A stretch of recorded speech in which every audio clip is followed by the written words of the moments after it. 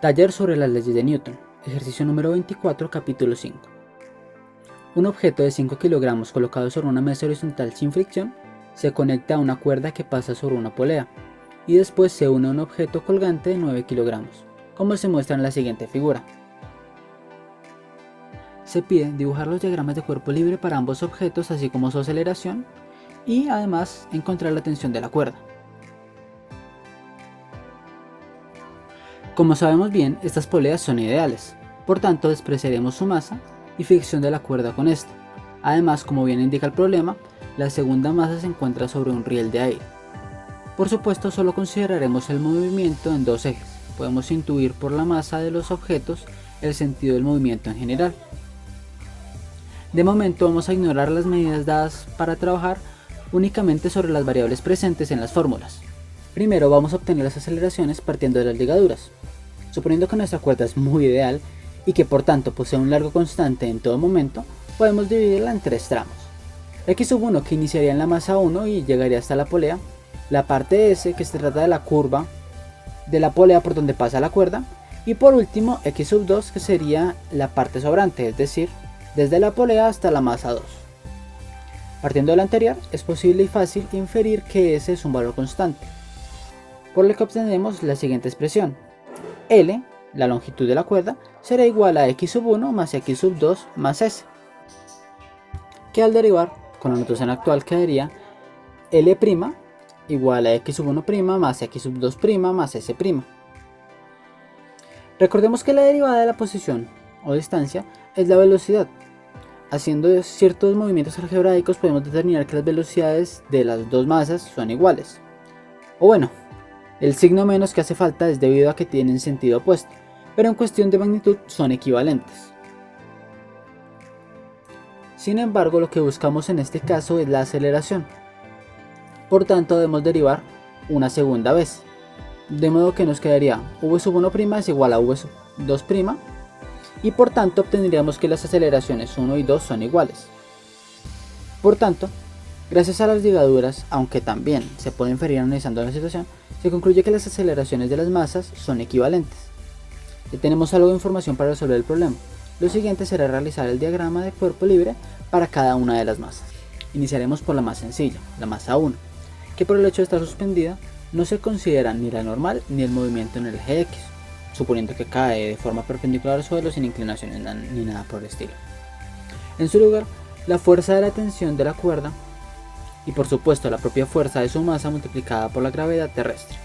Según este para nada conveniente sistema de referencia y las leyes del todopoderoso Newton, obtendremos la siguiente ecuación.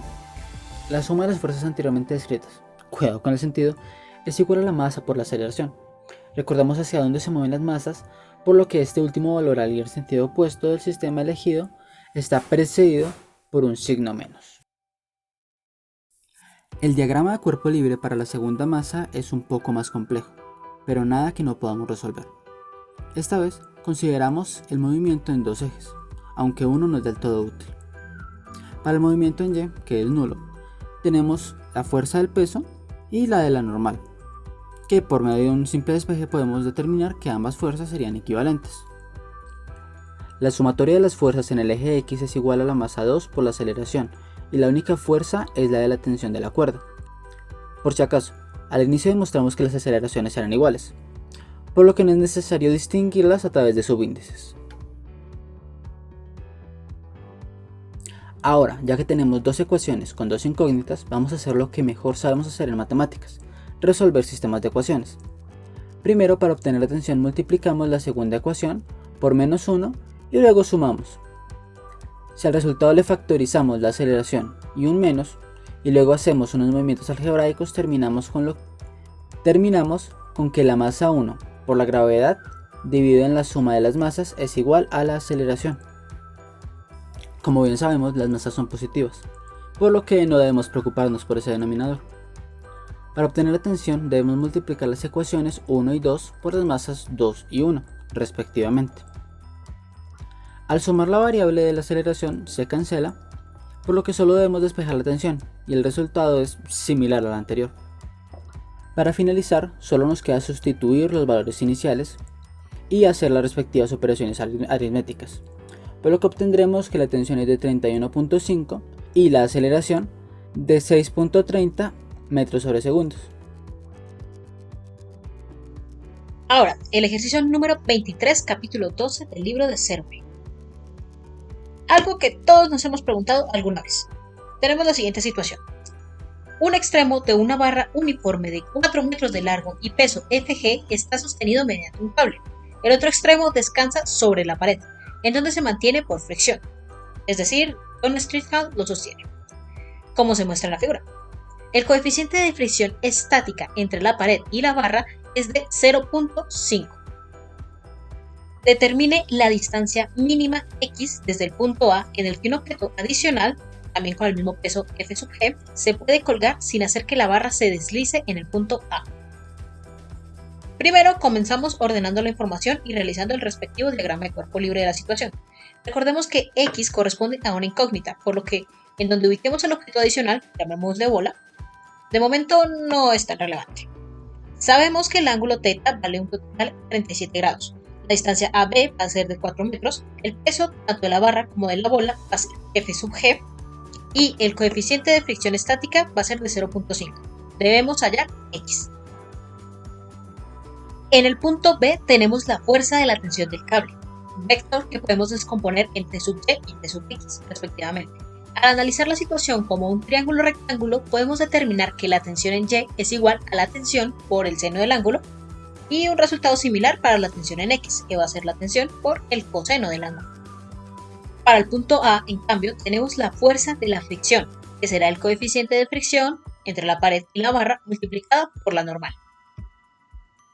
Guiándonos por el diagrama de fuerza libre y por las leyes del bueno de Newton, tenemos que para el eje X, cuyo movimiento queremos que sea nulo, caso contrario se caería la barrita, la normal menos la tensión en X es igual a 0. Hay que tener cuidado con el sentido de cada fuerza según el sistema de referencia elegido. Con un reemplazo y algunos movimientos algebraicos sabemos que la normal es igual a la tensión por el coseno del ángulo. Información que utilizaremos un poquito más adelante. Para Y, un proceso análogo. Como queremos que eso se mantenga en equilibrio, la suma debe ser igual a 0, por lo que la tensión en Y más la fuerza de rozamiento menos el peso de los objetos, que como sabemos son el mismo, es igual a 0.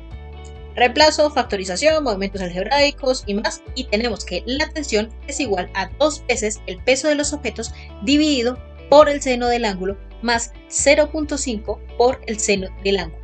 Al calcular ese valor da 1.9977.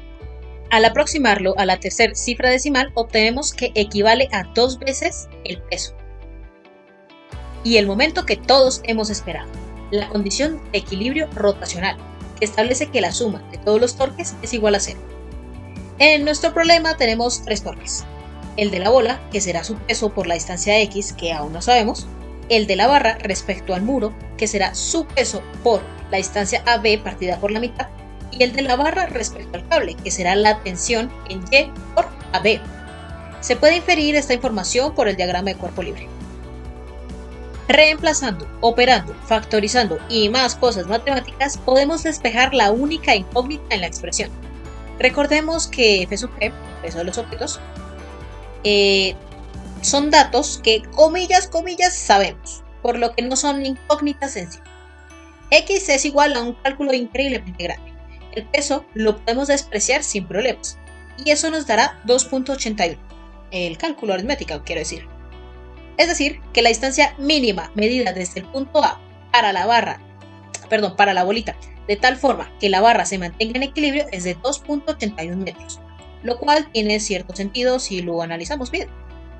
Y con eso damos respuesta a la pregunta inicial formulada en el problema. No siendo más de nuestra parte, agradecemos su atenta escucha y les deseamos la mejor de las tardes.